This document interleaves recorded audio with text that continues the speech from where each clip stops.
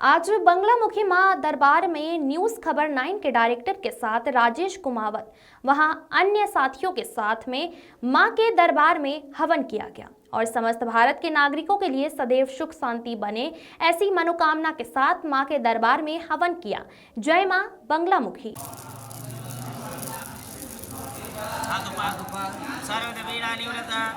विचारिका यंत्र मंत्र तंत्र ताटक नासाय नासाय भांजा भांजा पच पच हण हण ओम अट्वा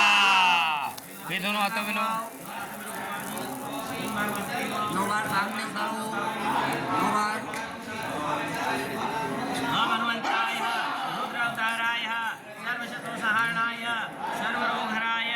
सर्वजन वशीकरणाय रामदूताय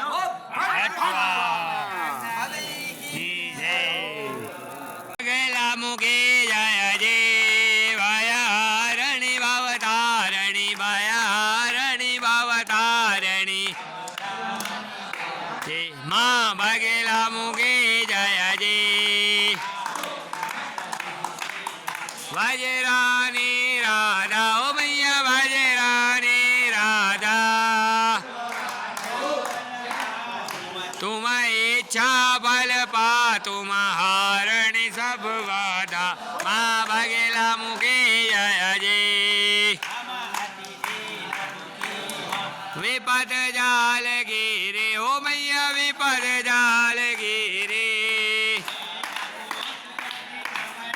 हम पुत्र अति कपति पर बालक तेरी मां भगेला मुखे जय जे